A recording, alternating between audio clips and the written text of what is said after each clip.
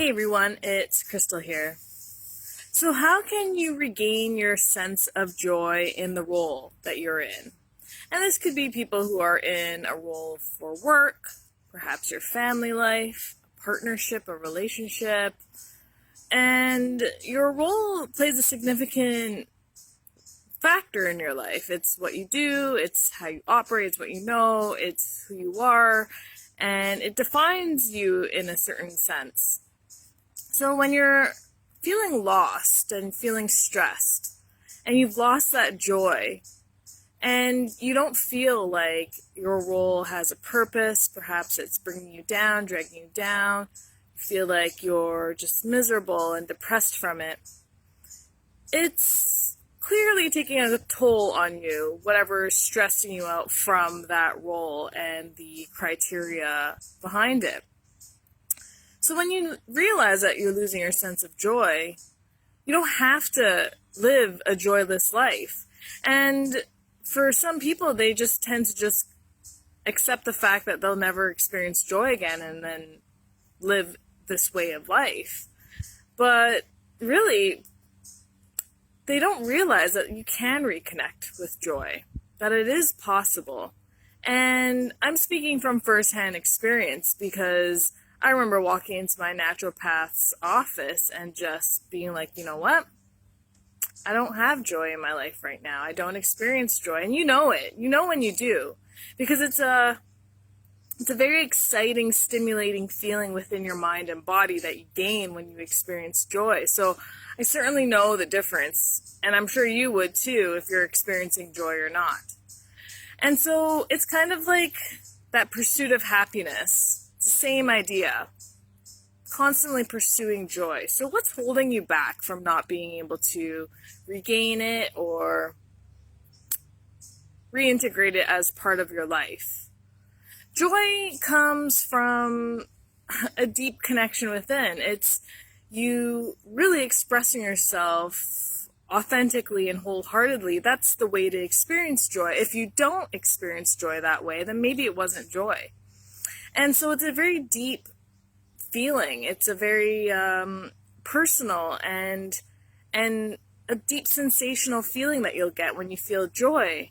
And so when you don't feel joy, it can bring bouts of negative thoughts, depression, anxiety, just really challenging thoughts and feelings to deal with.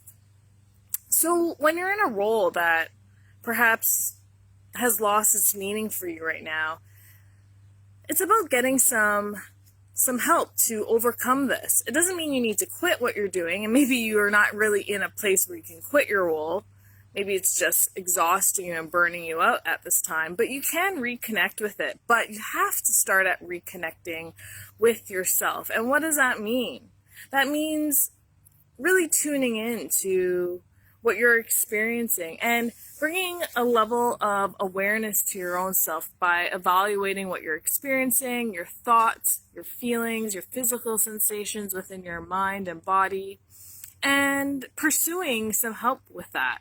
And your brain health matters. It's the be-all, end-all of our existence. And because we can't see it, we tend not to give it its platform or pedestal that it deserves. But our brain health is incredibly critical for our overall way of how we live and move through life. And this means through our actions, our decisions, our emotions, our attitude, and it pretty much is our pinnacle of how we operate. So really taking care of your brain is how you can reconnect with joy. And that means working on some past trauma that you've experienced and really coming to some healing terms with that and making some amends with that on a mutual level for yourself, where you can accept things or be more forgiving of things and allow yourself to move on from that pain and carry on in a different way and not bring it along with you.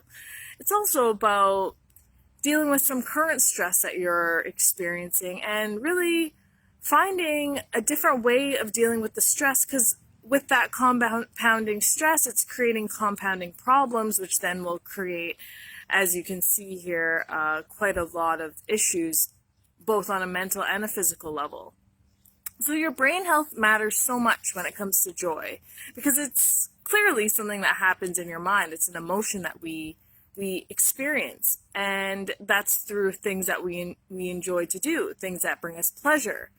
So when you're not in that joyful state, then these things aren't bringing you those pleasures that we're looking for.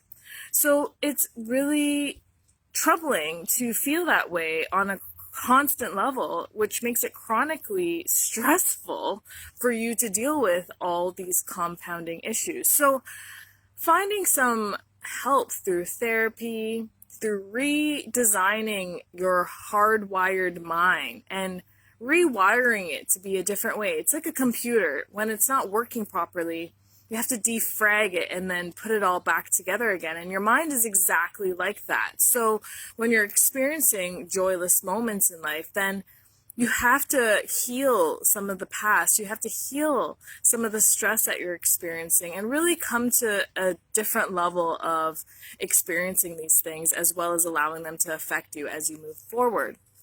So finding someone to really work through those deeper inner thoughts is entirely critical in your overall well-being, and that'll improve your brain state, your mental state, and as well will bring on these pleasurable feelings that you're looking for this joyful emotion. And it'll allow you to reintroduce joy back into your life, but it does require some serious, deep work within your mental state in order to bring it back. And it's not a flick of a switch sometimes. It does require your commitment and dedication to want to do this for yourself if and when you're entirely ready to feel joy again in your life. And then that'll bring joy back into the role. And maybe at that time you redefine your role, you redesign it, you recreate it, and you make it work for you this time. And you make it exciting and you ignite it differently. And you're just all around a whole different person when you're able to do some healing work. And then you'll feel that your role has purpose, has meaning, and perhaps that'll make you find joy in your role again by finding some joy within yourself, by developing a better relationship with yourself, with things that happened to you in the past, and really heal some of that brain health that we're talking about that helps you feel supported in life, helps you process, make decisions, and do all these wonderful, great things that we do as human beings. But you really do have to take care of it. And it requires maintenance, it requires priming it requires always checking in, just like a car, always tuning it up. And you can definitely gain all the best outcomes if you do that. So I hope you're able to get some value out of that today. I'll see you soon.